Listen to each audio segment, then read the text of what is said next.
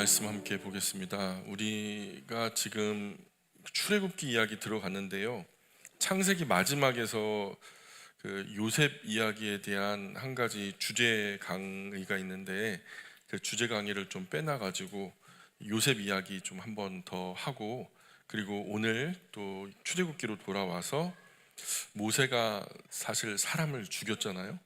그 사람 죽인 얘기, 그것도 하나의 주제로 해서 두 가지 주제를 좀 다뤄보려고 해요. 하나는 요셉의 이야기, 또 하나는 모세 이야기를 할 건데, 우리가 그 내용의 흐름 속에 있기 때문에 좀 짚고 넘어가야 될 부분이 있어서 그 이야기를 좀 하려고 합니다. 오늘 우리 죄송하지만 창세기로 가보시고요. 이제는 우리가 방송반에서 스크린에다 성경책을 띄워주긴 하지만 여러분 성경을 직접 펴서서 좀 같이 눈으로 따라오시면서 메모도 하시고, 직접 우리가 이 말씀을 짚고 넘어가야 될 중요한 주제라 좀 우리가 편견을 벗는 시간, 또 우리의 잘못된 상식을 깨뜨리는 시간이다 보니까 명확하게 우리가 좀 그렇게 같이 참여해야 될 줄 압니다. 창세기 45장 보세요. 5절 볼까요? 창세기 45장 5절.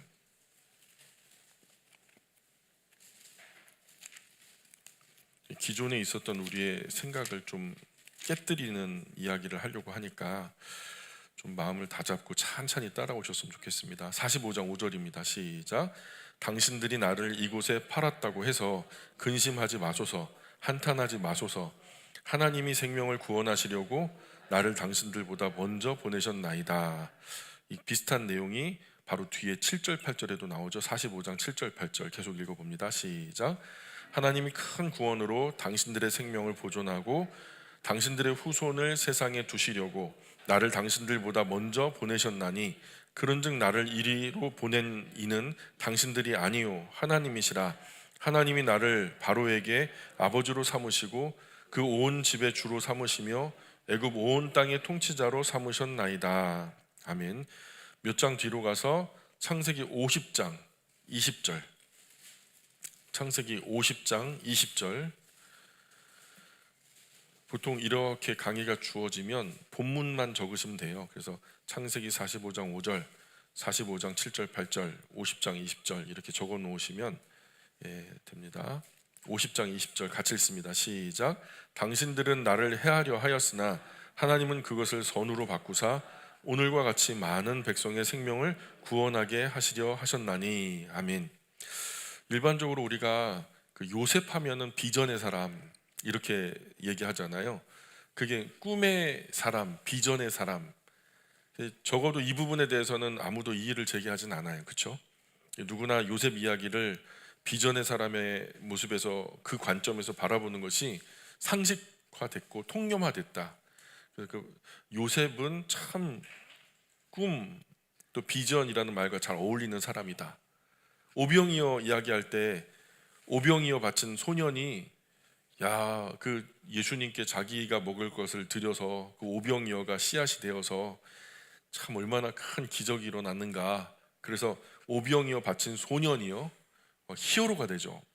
한국 교회 안에서 이렇게 잘못 부각되었다는 말씀을 진작에 좀 드렸었어요. 마찬가지로 오늘 요셉이 비전의 사람으로 각인되는 것도 같은 맥락에서 우리의 잘못된 상식이나 통념에서 비롯되었다라고 좀 생각해 볼 여지가 있어요. 한국 교회 안에서 성경 해석이 일단 한 방향으로 좀 치우치면, 보편적으로 사람들이 그렇게 생각해 버리기 시작하면 바로잡기가 어려워요. 모든 교회, 모든 성도, 모든 그리스도인이 다 그렇게 얘기하고 목회자들도 다 그렇게 설명하는데, 목사님이 뭐 잘났다고 그걸 갖다가 반기를 듭니까? 그냥 그대로 통념적으로 우리가 옳은 게 옳은 거지, 그냥 좋은 게 좋은 거지, 그렇게 가야지. 보편 말씀을 왜 자꾸만 특별하게 꼬집으려고 그럽니까? 그게 아니고요, 성경을 중심으로 보자고요. 이게 옳은지 그른지 대한 비판의 여지가 있어야 돼요. 우리가 통념화되고 이게 다 세력화되고 그게 상식이다 그렇게 해버리면 말이 안 돼요. 그래서 목회자들하고 얘기할 때 참 답답한 게 그래요. 방언에 대한 이야기를 하고, 제가 여러 번 말씀드렸으니까 아시지만, 방언 얘기를 하면요, 온 우리 금수강산 안에 있는 수많은 교회들이 방언을 성령의 사인으로 당연히 지금 받아들이고 있는데, 목사님 뭐 잘났다고 그냥 뭐 목사님 그분들보다 더 많이 배웠냐고, 뭐 그분들보다 더 많이 아시냐고 막 그러면서 따지고 그냥 덮어놓고 믿으려고. 성경이 어떻게 얘기하는지 우리가 한번 솜솜 뜯어보면서 제대로 한번 이게 맞는지 한번 우리가 확인해 보자. 우리 눈으로 직접 한번 확인해 보자. 성경이 바른 기준을 제시하니까 맞는지 그런지는 한번 성경을 빗대어서 한번 우리가 생각해 봐야 되는 거 아니냐. 그럼 귀를 닫아버려요. 뭔가 엉뚱한 얘기할 것처럼, 뭐 이단 사설을 베풀 것처럼 그런 식으로 그냥 그렇다 쪽으로 귀결돼 버리죠. 그래서 오늘 우리는요, 요셉 곧 비전의 사람, 이런 도식을 아무 거부감 없이 이질감 없이 받아들여 왔단 말이에요. 저는요, 오늘 요셉 이야기에 대한 이런 통념을 깨는 이야기를 하려고 해요. 먼저 한 가지 진지하게 생각해 볼게요. 일반적으로 우리나라에서 꿈이라는 단어가 장래의 희망, 어떤 비전, 영어로는 비전이죠, 이런 말과 연결돼서 사용되고 있죠. 맞습니까? 드림 껌 뚜루 막 그러잖아요. 그래서 2002년도에 월드컵 때 꿈은 이루어진다. 이게 그 꿈이 그냥 잠잘 때 꾸는 꿈이 아니죠. 미래의 어떤 소망, 그런 것을 나타내잖아요. 영어권에서도 똑같아요. 드림이라는 단어가요, 앞으로 이루어질 어떤 비전과도 맥락이 연결이 되거든요. 그래서 잠잘 때 꾸는 꿈을 의미하기도 하지만 동시에 자기가 장차되고 싶은 가까운 미래의 어떤 희망을 말할 때도 드림이라는 말로 쓰고도 똑같이 이제 통용되는 말이 비전이라는 말로도 바꿔 쓸 수 있어요. 근데 이 꿈이라는 단어, 첫 번째 잠잘 때 꾸는 꿈, 두 번째 미래의 희망, 비전 모두를 의미해요. 자, 그러나 이 질문을 성경 시대 상황으로 돌아가서 생각해 보자고요. 과연 성경 시대에도 꿈꾸는 자라는 말이 비전의 사람이라는 말과 같은 표현이었을까? 오늘 우리에게 꿈꾸는 자는 비전의 사람과 같은 의미일지는 몰라도 과연 창세기 시대를 살았던 사람들, 아니면 오경이 들려진 출애굽 당시의 이스라엘 백성도 꿈꾸는 사람이라는 말이 비전의 사람이라는 말하고 같은 의미로 받아들여졌을까? 아마 작은 상식만 있어도 아니요 라고 대답할 거예요. 자, 문제는 여기서 출발하는 거예요. 성경 창세기는 분명히 요셉을 꿈꾸는 사람이라고 말하고 있어요. 이것에 대해서 문제 제기할 여지는 없어요. 성경이 그렇게 말하고 있으니까. 하지만 꿈꾸는 사람이라는 것이 비전의 사람이라는 말과 같은 의미일까? 현대인이 통용하는 꿈이라는 단어를 지나치게 현대적으로 생각해서 거기에 비전이라는 의미를 투영한 것은 아닐까? 만약 성경이 요셉을 비전의 사람이라고 말한다면 이런 비전이 의미의 오류를 제거하더라도 여전히 요셉은 비전의 사람이어야 맞죠. 그런데 이 비전이라는 말의 의미의 오류를 제거하더라도 요셉은 여전히 비전의 사람일까요? 그의 삶을 통째로 보면.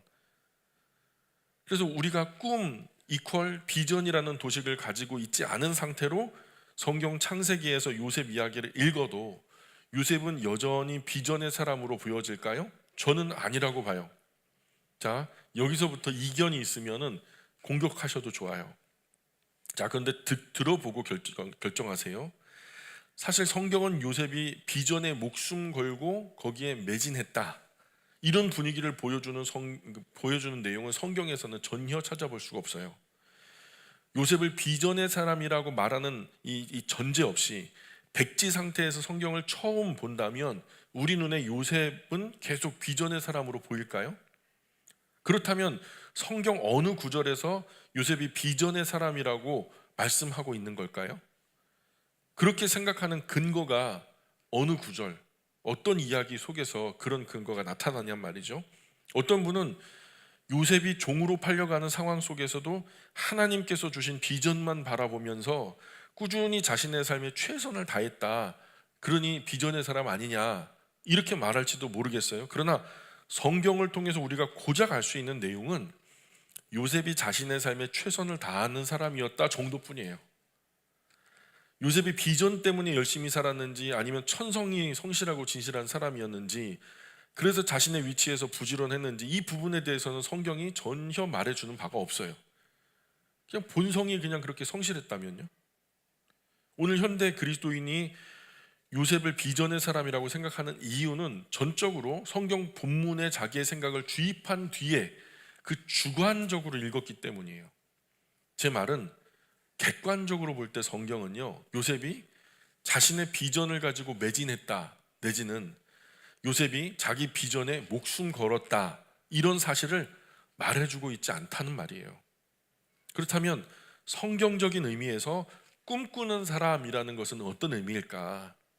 꿈꾸는 사람이라는 표현이 현대에서처럼 비전의 사람을 의미하지 않는다면 요셉이 실제로 살아 활동했던 그 시절에 꿈꾸는 사람이 어떤 의미였고 무슨 표현이었을까? 이게 포인트예요. 성경 자체가 말하는 꿈을 꾸는 사람이라는 의미가 도대체 어떤 의미일까?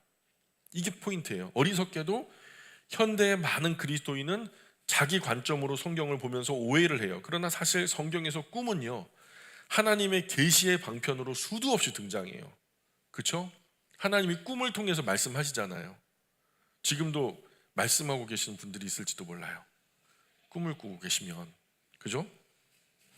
성경에서 꿈은 자주 특별 계시, 즉 성경이 완성되기 이전 시대에 하나님께서 자신의 뜻을 밝히는 여러 방법들 중에 한 가지 방법으로 꿈을 사용하셨어요. 성경이 완성되기 전에는 꿈을 통해 말씀하셨다고요. 즉 성경에서 꿈은 하나님이 말씀하는 방법이지 그 사람의 개인의 비전 같은 것은 아니었단 말이에요. 따라서 성경에서 요셉이 꿈꾸는 사람이었다라고 말하는 것은 그가 비전을 품은 사람이었다라는 말의 의미가 아니었단 말이죠. 확실한 것은 요셉이요, 하나님 말씀을 가진 사람이었다. 하나님이 뭘 원하시고 뭘 싫어하시고 꿈을 요셉에게 주시되 그 꿈이 어떤 바른 의미를 얘기하는지 적어도 하나님의 마음에 합한 해석을 가지고 있었던 사람이 요셉이었다는 말이죠. 그래서 이런 사람을 구약에서 뭐라고 부르죠? 하나님의 말씀을 가진 사람, 하나님의 말씀을 백성들에게 전달해 주는 사람, 이런 사람을 뭐라고 부르죠? 선지자. 맞아요. 선지자. 그렇죠? 선지자. 그래서 요셉은 하나님 말씀을 가진 선지자적 역할로 꿈꾸는 사람, 또 꿈을 풀어 하나님 입장에서 바른 해석을 사람들에게 전해주는, 하나님의 마음의 그 뜻을 사람들에게 전해주는 사람, 즉 선지자적인 역할을 했던 사람이라 이렇게 해석하면 맞다는 거예요. 이미 성경에 많이 나타나고 있어요. 첫 번째 보세요. 먼저 요셉이 감옥에 갇히잖아요. 그죠? 요셉이 감옥에 갇혔죠? 누가 가뒀어요? 그죠? 권사님이 가둔 건 아니에요. 자, 잘 따라오셔야 돼요. 여기서 꿈속으로 들어가면 안 돼요. 예, 잘 따라오셔야 돼요. 요셉이 감옥에 갇혔을 때 파라오의 꿈 이야기를 들었던 상황을 한번 떠올려 보세요. 요셉이 거기에서 꿈 풀기 전에 꿈을 푸는 직무를 누구에게 주었어요? 파라오가 먼저 요셉 전에 누구에게 이 꿈을 풀어달라고 명령하죠? 이 이집트 안에 있는 왕궁에 있던 수많은 술사들에게, 그죠? 지혜자들에게, 이 사람들이 꿈을 푸는 사람들이었던 거죠. 이집트에서. 그죠?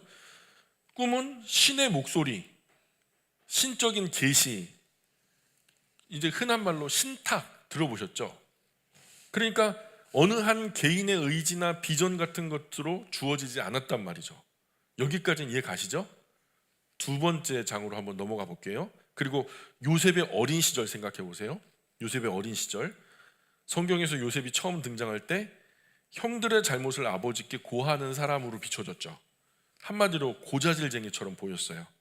어이구, 그냥 애가 철이 없어가지고 형들 잘못한 것을 아버지한테 일러 바치는 그냥 어리고 철없는 놈, 이렇게 우리가 쉽게 치부해버리기 쉬운데 두 가지 측면에서 생각해 볼 수 있어요. 하나는 요셉은 자신이 형들의 잘못을 아버지에게 고해 바칠 때 형들을 어렵게 하거나 곤고하게 할 의도는 없었던 것으로 여겨져요.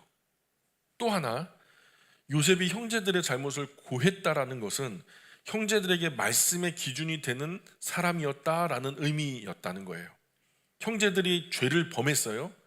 그럼 그 죄는 잘한 거예요, 못한 거예요? 못한 거죠. 그럼 못한 것을 못했다라고 말하는 것은 잘한 거예요, 못한 거예요? 잘한 거죠. 그죠? 그래서 형들이 죄를 범했고 그것은 분명히 잘못한 것이었어요. 그래서 요셉이 자신이 가진 자기 안에 하나님의 말씀의 기준에 그것을 수정 또는 정정하는 사람으로서 하나님 앞에서 그것은 옳지 않은데 형제들이 그런 일을 했다라고 하면 이건 잘못됐다라고 말해주는 것은 요셉의 선지자적인 몫이었다라는 거죠. 그래서 그런 자리에 요셉이 서 있었다는 의미인 거죠. 선지자의 역할이 딱 그렇잖아요. 뭔가 두루뭉술 다 넘어가는 세대에 이건 분명히 잘못한 거야 라고 칼날처럼 얘기해 줄 수 있는 사람이 사실은 선지자거든요. 그래서 딱 그 선지자 역할을 요셉이 지금 하고 있단 말이에요. 선지자는 하나님의 사람이 하나님의 뜻과 말씀에서 벗어난 것을 바로 지적해야 돼요. 너 그거 계약 위반이야. 하나님이 율법에서 어긋났어. 하나님이 이거 불편해하셔. 이러면은 하나님이 미리 말씀하신 대로 복과 저주가 너희 앞에 있는데 이거는 저주에 속하는 거야. 이건 안 되는 거야 해가지고 바르게 교정하고 수정하고 회복하고 보완해서 하나님 앞에 바르게 살아갈 수 있는 바른 하나님의 사람의 위치를 응원하는 것이 선지자의 역할이었죠. 세 번째 챕터 한번 가볼까요? 요셉이 형제들에게 미움받았던 결정적인 이유는 그가 꾼 꿈 때문에 그랬어요. 그죠? 그런데 그 꿈의 내용이 뭐였죠? 해와 달과 11별이 그에게 절을 하는 꿈이었죠. 그 내용이 요셉을 제외한 야곱과 그 아내 그리고 그 형제들에게 다소 기분 나쁠 수 있어요. 가장 어린 것이 우리들의 절을 받고 있다. 그리고 자기가 꾼 꿈이다. 그러나 그 꿈은 누구로부터 온 거예요? 예? 그 꿈은 누구로부터 온 것이고 무엇을 위한 꿈이었나요? 하나님께로부터 왔다는 것 인정하세요? 그리고 하나님께서 앞으로 행하실 일을 위한 꿈이었다는 거 인정하세요?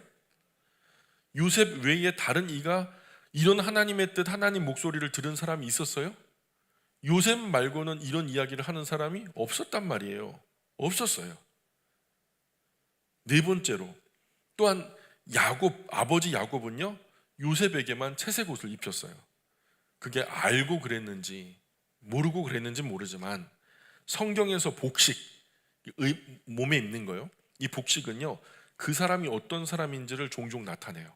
열왕기하 1장 8절에 보면 아합이 죽은 후에 그 아들 아하시아가 왕이 됐어요. 근데 얘가 2층 난간에서 떨어져서 병이 들었단 말이에요. 병상에 올라가가지고. 그리고 신하들에게 말해요. 저 바알세불에 집힌 수많은 제사장들에게 가가지고 내 병이 나을지 안 나을지, 낫는다면 언제쯤 나을지 좀 물어보고 와라. 내가 치료될지 여부를 누구에게 물으라는 거예요?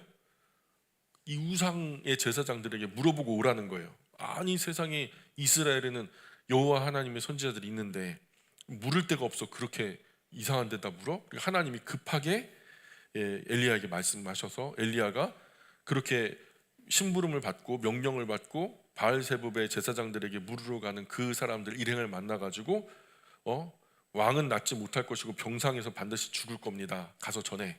그래가지고 돌아가서 전하는 거죠. 근데 신하들이 어떤 사람을 만난 후에 왕에게 이런 일을 했습니다라고 전하는 상황에서 아하시아가 물어요. 야, 이 말을 너에게 전한 그 사람은 어떤 사람이야?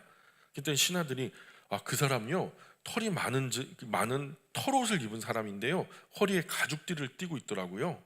그렇게 말해요. 그랬더니 바로 아하시아가 뭐라 그래요? 그 사람 디셉 사람 엘리야다 이렇게 말해요. 자, 선지자는 고유의 복식을 가지고 있었다는 거예요. 옷 입은 것만으로도 그 사람이 어떤 사람인지를 알았단 말이에요. 자, 여기까지 따라오세요. 예, 사무엘상 28장 14절에도요 복식에 대한 힌트가 나와요. 사울이 엔돌에 신접한 여인에게 사무엘을 불러 올려라. 그리고 자기는 변장하고 갔고 사울이 아닌 척. 자, 그런데 신접한 여인이 한 노인이 올라옵니다. 그가 겉옷을 입었습니다 하면서 이제 그 본보기를 어떤 묘사를 하죠. 그랬더니 사울은 곧 그가 사무엘인 것을 금방 알아차려요. 그 사람이 사무엘이다. 그래서 그 말은 그 사람이 입고 있는 선지자의 특별한 어떤 복식이 그 사람을 나타내는 표현이었다라는 것을 알게 되는 거죠. 또 스가랴서 13장에 보면은 조금 더 정확해져요. 스가랴서 13장 4절에 보면요 이런 말씀이 나와요. 스가랴서 13장 4절 9절만 적어 놓으시면 돼요. 그날에 선지자들이 예언할 때에 그 환상을 갖기 부끄러워할 것이며 사람을 속이려고 털옷도 입지 아니할 것이며. 털옷을 입지 않으면 선지자인지 알겠어요? 모르겠어요? 모른다는 거예요. 털옷을 입으면 선지자인지 안다는 거예요? 모른다는 거예요? 안다는 거예요. 그래서 즉 털옷을 입은 것이 선지자임을 나타내는 징표였다라는 뜻이에요. 신약 성경에서 세례 요한이요, 자신이 구약에서 말씀하셨던 이제 앞으로 오실 메시아를 예비하기 위해서 엘리야를 내가 너에게 보내겠다라고 했는데, 자신이 보내심을 받은 엘리야라는 것을 나타내기 위해서 세례자 요한이 무슨 옷을 입죠? 약대 털옷을 입고 허리에 가죽띠를 띄었죠. 이것은 정확하게 우리가 앞에서 본 엘리야 선지자가 입은 복장과 똑같은 것이죠. 그러므로 요셉이 채색 옷을 입었다라는 것은 그가 형제들 사이에서 아주 독특한 신분을 가졌다라는 것을 암시하고 있는 거예요. 그게 야곱이 알고 입혔든 모르고 입혔든 간에 하나님이 그렇게 하게 하신 거죠. 이런 내용이 아니더라도 앞에서 말한 사실이 흐려지진 않아요. 성경에서 요셉을 꿈꾸는 사람이라고 말하는 것은요, 그가 어떤 개인적인 큰 비전이 있었다는 그런 비전의 사람이라는 것을 보여주는 게 아니에요. 도대체 요셉에게 무슨 꿈이 있었어요? 요셉에게 무슨 비전이 있었냐고요? 그가 하나님의 계시를 수납하는 사람, 혹은 하나님의 계시를 나타내는 사람으로서 선지자적인 삶을 살아가는 것을 보여주는 것이었죠. 이것을 비전이라고 현대 프레임에 넣어서 곡해하면 곤란한 거예요. 뿐만 아니라 오늘 이 요셉을 비전의 사람으로 보고 싶어하는 사람에게는 한 가지 질문이 더 남아요. 어떤 질문이냐면, 도대체 그분이 말씀하는 비전이 도대체 뭐예요? 그 비전이 뭐냐고요. 안타깝게도 요셉 이야기하면서 요셉이 비전의 사람이었다라고 말할 때 많은 분이요, 요셉이 바라고 꿈꾸었던 그 꿈, 그 비전이 무엇이었는가, 그 종착점, 누구나가 입을 모아서 말하는 그 비전의 완성, 그게 뭐였냐면 이집트의 총리가 되었다는 거예요. 자, 그런데 생각해 보세요. 정말 요셉이 비전의 사람이었고 그의 비전은 이집트 총리가 되는 것이었나요? 애초에 그것을 목적으로 요셉이 달려갔냔 말이에요. 요셉이 꿈꾸는 사람이었다라는 것을 비전의 사람이라고 말하는 것도 합당하지 않지만, 그 꿈이라는 것조차 이 세상에서 크게 성공하는 거, 그래서 그 말하는 것, 이렇게 말하는 것이 더 황당하지 않아요? 많은 분이 요셉을 이렇게 말해요. 요셉은 어려서 형제들에게 팔려가는 아주 큰 고통을 겪었다는 거예요. 그러나 요셉은 결국 그 모든 고통과 아픔을 이겨냈다는 거예요. 그리고 어떻게 이겨냈냐 하니까 요셉이 장차 하나님께서 주실 비전을 바라봤기 때문에 이겨냈다라는 거예요. 그 비전으로 인해서 요셉은 그토록 고통스러웠던 시간들을 꿋꿋하게 이겨냈다라고 주장하는 거예요. 그리고 결국 마침내 이집트의 총리, 1인지하 만인지상의 영광스러운 자리에 오르게 되었다라는 거죠. 좀 드라마틱하죠. 그럴듯하죠. 즉 이렇게 말하는 사람에게 있어서 요셉의 비전이라는 것은 결국 이집트 총리가 되는 거잖아요. 여러분, 이집트 총리가 되는 게 비전이에요? 대한민국 대통령이 되는 게 비전이에요? 참 어이없는 대답 아닌가요? 언제부터 그리스도인의 비전이 이 세상 나라 높은 지위 쟁취하는 것이 되었어요? 그나마 요셉의 비전이 신앙적 열정이었다라고 생각한다면 조금 공감할 마음은 있어요. 그러나 그렇게 오랫동안 요셉을 지탱했다라고 말하는 그 비전이라는 것이 세상 나라의 총리 정도란 말이냐라는 거예요. 과연 세속 지위가 요셉에게 중요한 것이었을까? 요셉이 중요하죠. 요셉이 어떻게 생각하느냐가 중요하잖아요. 근데 요셉은요, 왜 자신이 이곳으로 오게 되었고 왜 이집트 총리가 되었는지 자기 인식을 그대로 담아서 고백하기를, 이집트의 총리가 나의 비전의 목적이었다, 궁극적인 결론이었다라고 말하지 않아요. 우리가 방금 읽었던 창세기 45장 5절 보세요. 여러분 읽으셨죠? 자, 45장 5절 보세요.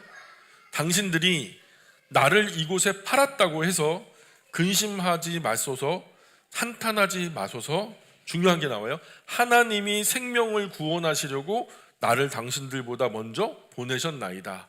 요셉의 목적은 뭐냐면 하나님이 생명을 구원하시려고. 여기에 포인트가 있어요. 그죠? 또 두 절 뒤로 가면은 45장 7절 8절도 보세요. 자, 7절 8절에서도 하나님이 큰 구원으로 당신들의 생명을 보존하고 당신들의 후손을 세상에 두시려고, 이게 목적어예요. 그래서 나를 당신들보다 먼저 보내셨나니 그런즉 나를 이리로 보낸 것은 당신들이 아니요 하나님이시라. 하나님이 나를 바로에게 아버지로 삼으시고 그 온 집의 주로 삼으시며 애굽 온 땅의 통치자로 삼으셨나이다. 그래서 이 총리 대신이 된 내가 중요한 게 아니라 총리 대신이 된 내가 무엇을 하는가가 더 중요했는데, 그걸 뭐를 했다는 거예요? 그거 가지고 사람 살렸다는 거예요.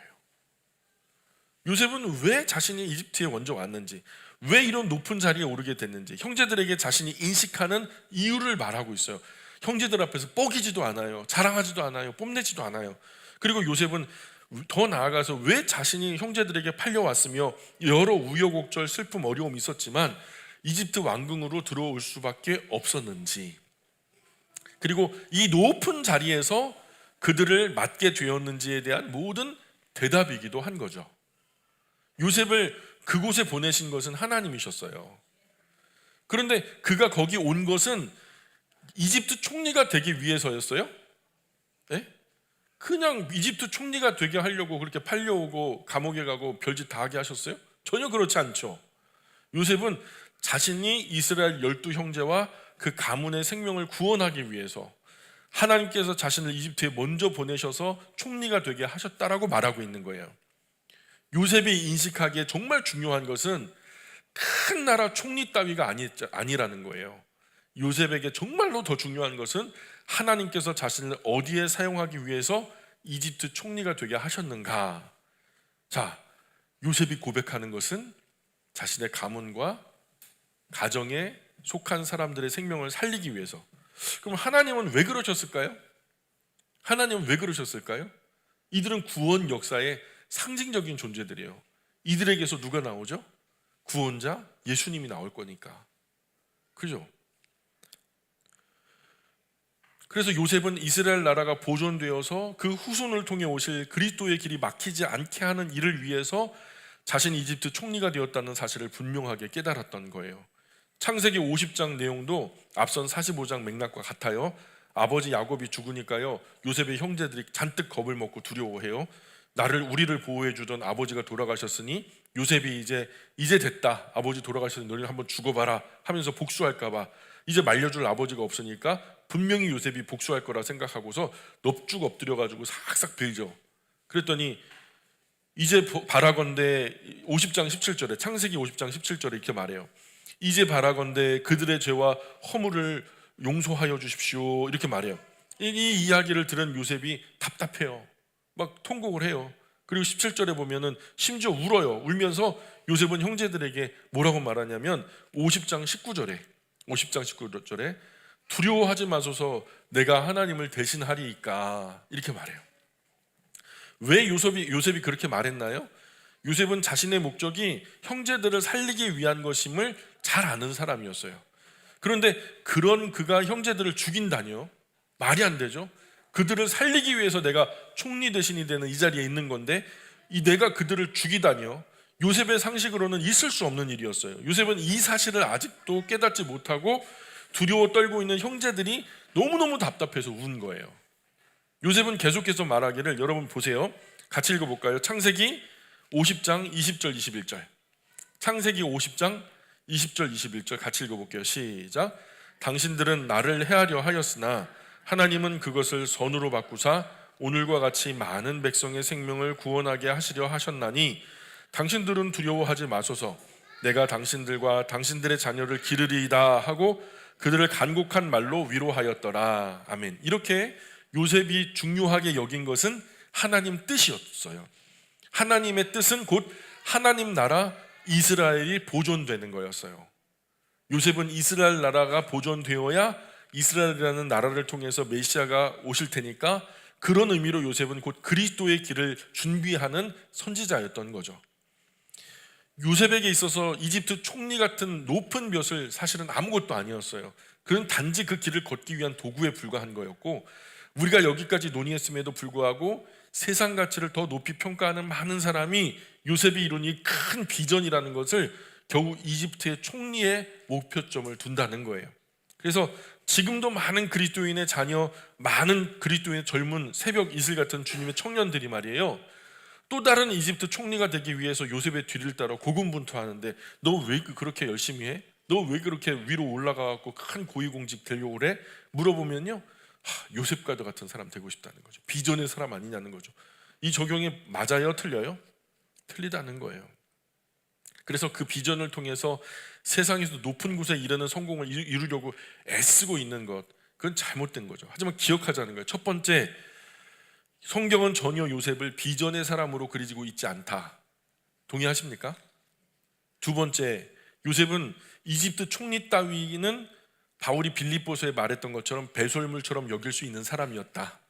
그게 그 인생의 목적이 아니었다는 거예요. 동의하십니까? 자, 요셉에게 정작 중요한 것은 하나님 나라의 일이었다.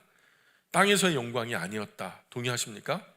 예, 이런 내용을 잘 이해한 채로 요셉 이야기를 읽는다면 이미 고정되어 굳어져 버린 요셉 이야기가 조금은 더 성경적으로 새롭게 이해되고 풀어질 수 있으리라고 믿습니다. 요셉 이야기는 이렇게 마무리하고요. 이제 여러분 출애굽기 2장으로 건너가 볼까요? 우리가 지난번에 스토리텔링 할 때, 성경 이야기 스토리텔링 할 때 4장까지 지금 설명을 드렸는데 2장에서 한번 짚고 넘어가야 할 주제가 있었어요. 모세가 사람을 죽였죠. 그 얘기를 한번 읽어볼까요? 출애굽기 2장 11절 12절. 출애굽기 2장 11절 12절 같이 읽어봅니다. 시작.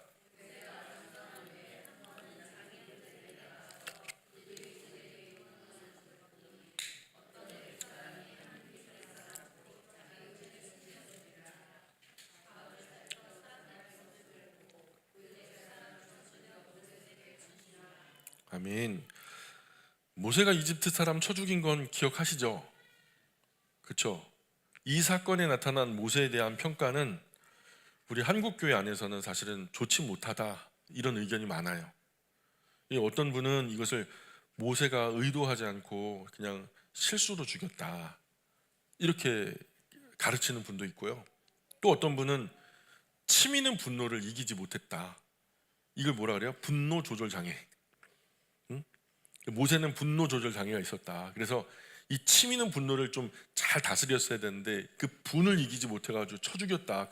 이걸 실수의 어떤 이야기로 얘기해요. 제가 어릴 적 주일학교 선생님에게 배웠던 것도 좀 비슷한 맥락인데, 모세가 이집트 왕자로 살았잖아요.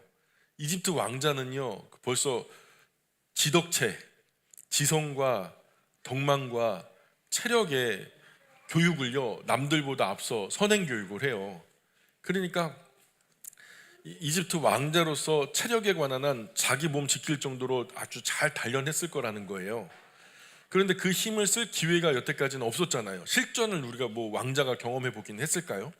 근데 자기 힘이 어느 정도인지 잘 몰랐다는 거예요. 그런데 시비 끝에 나도 모르게 슬쩍 건드린다는 것이 그만 팍 하고 때렸는데 욱 하고 죽어버렸다, 이러는 거예요. 이렇게 얘기해요. 우리 주일학교 선생님이 그렇게 말씀하신 거예요. 분노 조절 장애가 아니라 힘 조절 장애죠. 힘 조절이 안 돼가지고 그냥 그 실수로 죽여버렸다, 이렇게 배웠어요, 저는. 근데 지금도 이 사건에 대한 많은 주장이 있어요.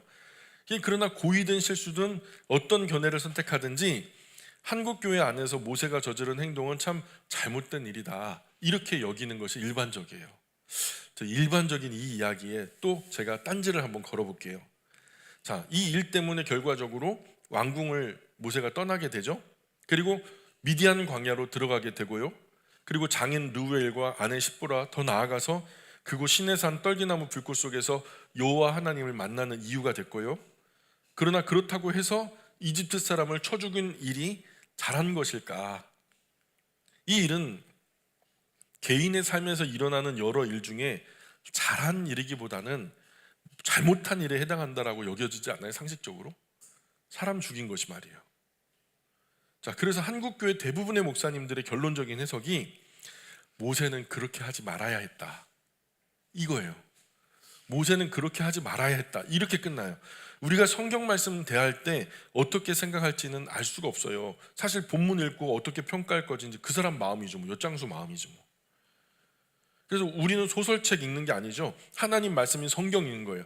소설책이야 뭐 한강의 그 책들이야, 그죠? 이렇게 읽을 수 있고 이 저관점으로 읽을 수 있고 뭐 작가가 의도했지만은 의외로 다른 방향에서 읽는 사람도 많거든요.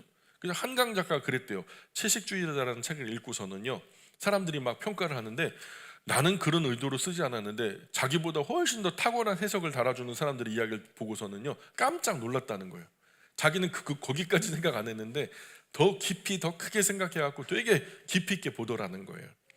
그럴 수 있어요. 근데 사람의 저작은 그런데 하나님의 말씀인 성경은 그렇지 않거든요. 때문에 해석의 자유라는 말은 그리스도인에게는 합당하지 않아요. 성경을 읽는 그리스도인에게 해석의 자유가 있다? 말도 안 되는 거예요. 우리는 단지 하나님의 의중을 어떻게 하면 정확하게 읽을지 고민해야 맞는 거예요. 동의합니까? 동의 안 하시나요? 그럼 여러분 마음대로 해석할 거예요, 성경 읽고? 아니면 하나님의 의도, 하나님의 마음이 어떤지를 우리가 정확하게 알아야 되잖아요. 그러니까 내 마음에 기쁜 대로 해석할 거예요, 하나님 마음에 기쁜 대로 해석할 거예요? 그러면은 해석의 자유가 우리한테 있어요, 없어요? 없어요. 우리는 늘 성경을 보면서 누구 마음을 살펴야 돼요? 하나님 마음 살피는 게 맞잖아요. 아멘 하시라니까요. 그러니까 때문에 내가 느끼는 감정대로 본문을 함부로 내 마음대로 이해하면 된다, 안 된다? 안 된다. 이런 면에서 모세가 이집트 사람 쳐 죽인 이 사건을 명백한 살인이 맞아요. 분명히 그건 뭐 거절 안 해요. 분명히 살인한 것이 맞아요.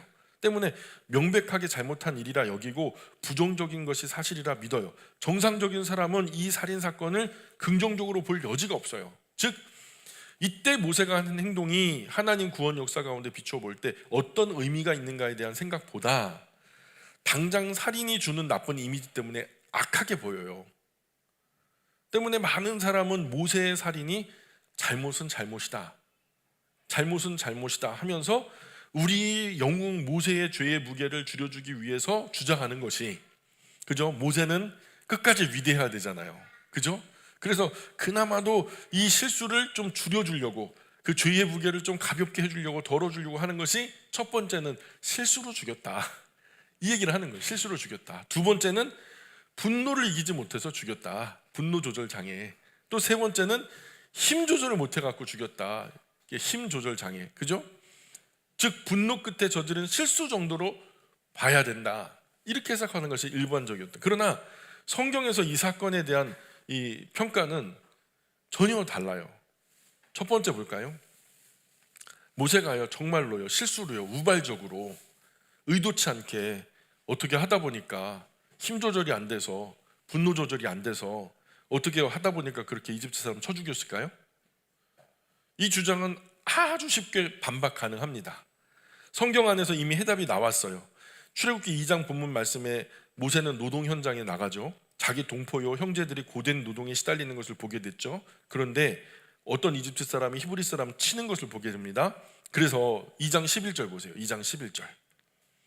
2장 11절 가만히 같이 찬찬히 읽어볼게요.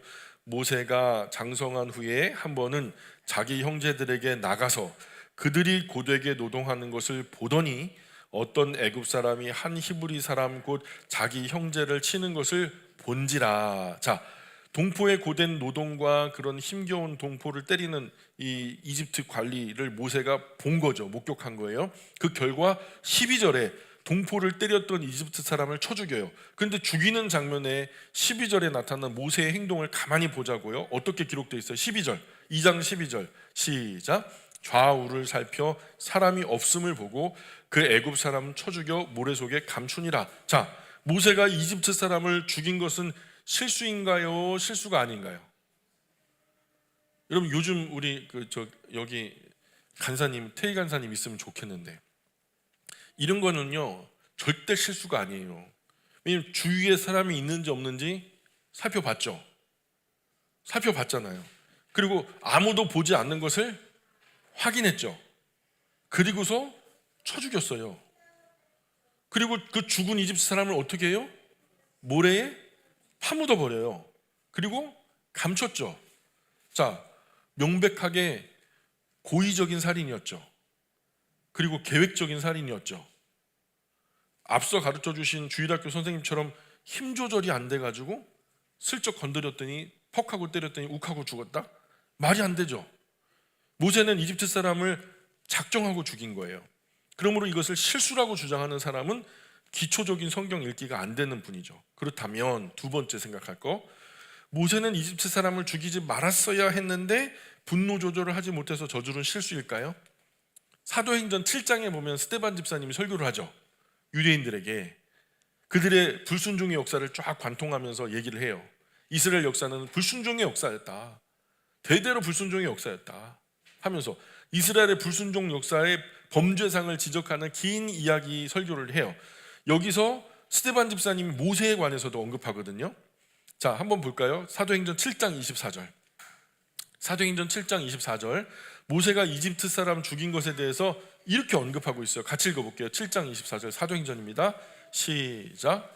한 사람이 원통한 일을 당함을 보고 보호하여 압제 받는 자를 위하여 원수를 갚아 애굽 사람을 쳐 죽이니라. 자, 본문의 뉘앙스가 좀 이상하죠. 우리가 생각하는 거하고 전혀 방향이 달라요. 사도행전 7장은 지금 모세를 비방하는 것처럼 느껴져요? 아니면 모세를 옹호하는 것처럼 느껴져요?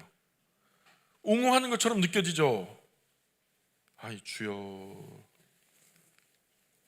자, 7장 지금 우리가 읽었던 24절이 지금 모세를 비방하는 것처럼 느껴져요? 살인한 모세를 정죄하는 것처럼 느껴져요? 아니면 이 모세를 옹호하는 것처럼 느껴져요?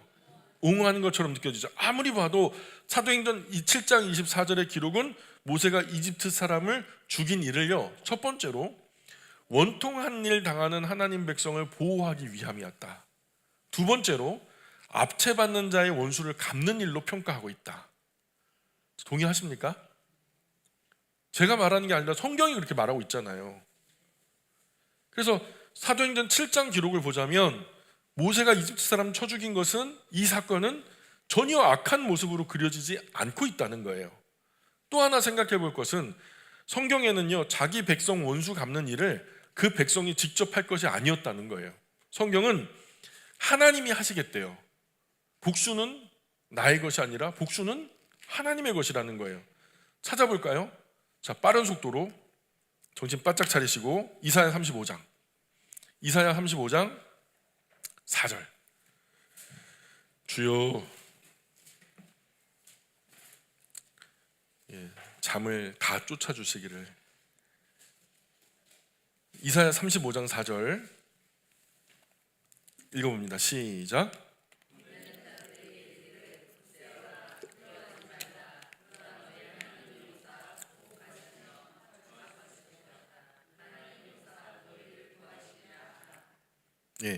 너희 하나님이 오사 보복하시며 갚아주실 것이라.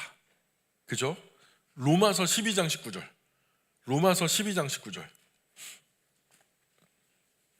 로마서 12장 19절. 시작.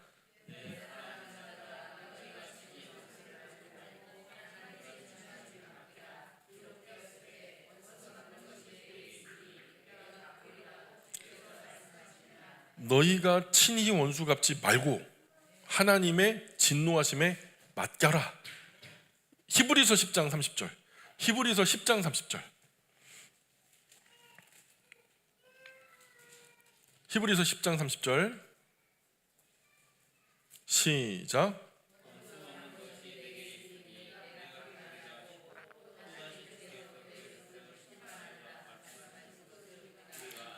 원수 갚는 것이 내게 있으니 내가 갚으리라. 여기서 내가는 누구죠? 하나님. 그죠? 즉 자기 백성 원통한 일을 보복하는 것은 사람이 할 일이 아니고 하나님이 하실 일이죠. 이 원수 갚는 것은 자기 자신에게 주어진 일이 아니었다는 말이에요. 그런데 사도행전은 모세의 이 행위를 마치 하나님이 갚아주시는 것처럼 설명해요. 마치 모세는 지금 하나님 손 대신해서 하나님 손에 들려서 하나님 백성을 보호하고 그 압제로부터 건지는 하나님의 구원의 손길로 그려지고 있다는 거예요. 동의하십니까? 자, 이런 생각은 본문 사도행전 7장 25절을 보면 더 뚜렷해져요. 사도행전 7장 25절. 사도행전 7장 25절. 자, 제 말이 아니라 성경입니다. 같이 읽어봅니다. 7장 25절 사도행전 시작.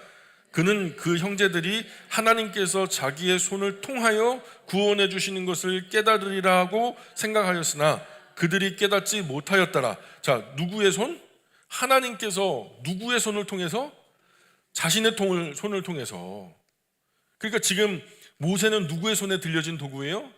하나님 손에 들려진 도구란 말이에요. 그래서 25절은 지금 우리에게 무엇을 가르쳐주고 있어요? 모세는 이집트 사람 쳐 죽일 때 단순한 개인적 감정으로 그 일을 행한 것이 아님을 오늘 본문 9절에서 분명하게 선언하는 거예요. 맞죠? 모이는 고의적으로 살인을 저질렀어요. 계획적인 범행을 저질렀어요. 맞아요. 그런데 그 범행조차도 자기 동포 형제들이 지금 하나님이 모세 자신을 통해서 그들의 구원을 이루고 계신다는 사실을 깨달으라 이 생각하고 행동한 것이었다는 말이죠. 아, 그러면 목사님, 그 살인 사건을 목사님 지금 잘했다고 지금 박수 쳐줘야 된단 말입니까?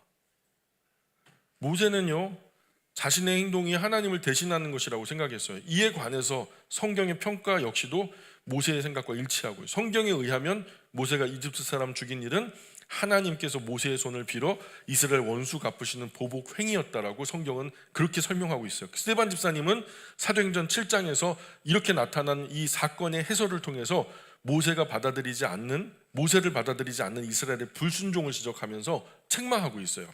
뿐만 아니라 모세 나이 40이 돼가지고 이스라엘 백성을 돌아볼 마음이 생겨요. 자, 사도행전 7장 23절 바로 전전절이죠. 사도행전 7장 23절 시작.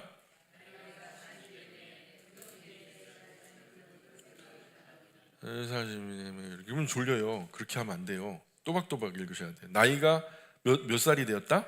40이 되었는데요, 그 형제 이스라엘 자손 돌볼 생각이 났다. 밑도 끝도 없이요? 왜요? 이거 누가 하신 걸까요? 이에 대해서 히브리서 11장이 말이에요. 우리가 생각하는 건 중요한 게 아니에요. 성경이 뭐라고 말하는가가 중요해요. 히브리서 11장 가보시죠. 11장 24절. 히브리서 11장 24절, 25절, 26절. 히브리서 11장 24절, 25절, 26절. 시작.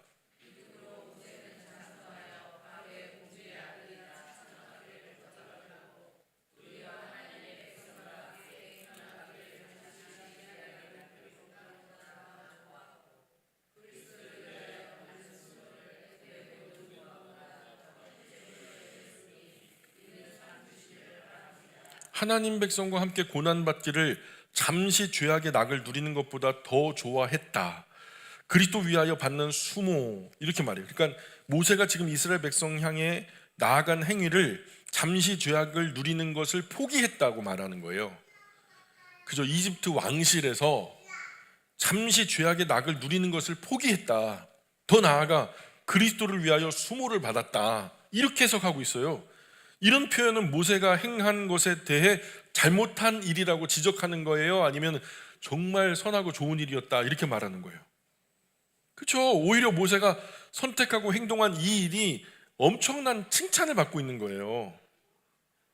그럼 아까 똑같이 목사님, 그러면 또 모세가 살인한 것을 우리가 지금 박수치고 있는 거냔 말이죠.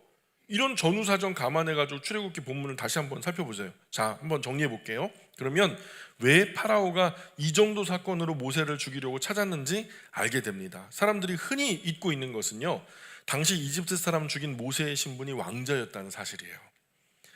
출애굽 시기와 이집트 역사 관계는요, 구약 역사 치열한 쟁점이 있어요. 그래서 시기적으로 연대기를 그릴 때 저마다 학자마다 굉장히 의견이 많이 갈려요. 그래서 학자마다 그 주장이 다를 수 있지만 보통요, 모세가 이집트 황실에 있었을 때, 이집트 궁전에 있었던 때를 아멘호텝 1세 때 시절이나 아니면 투트모세 1세 때의 딸 하셉수트,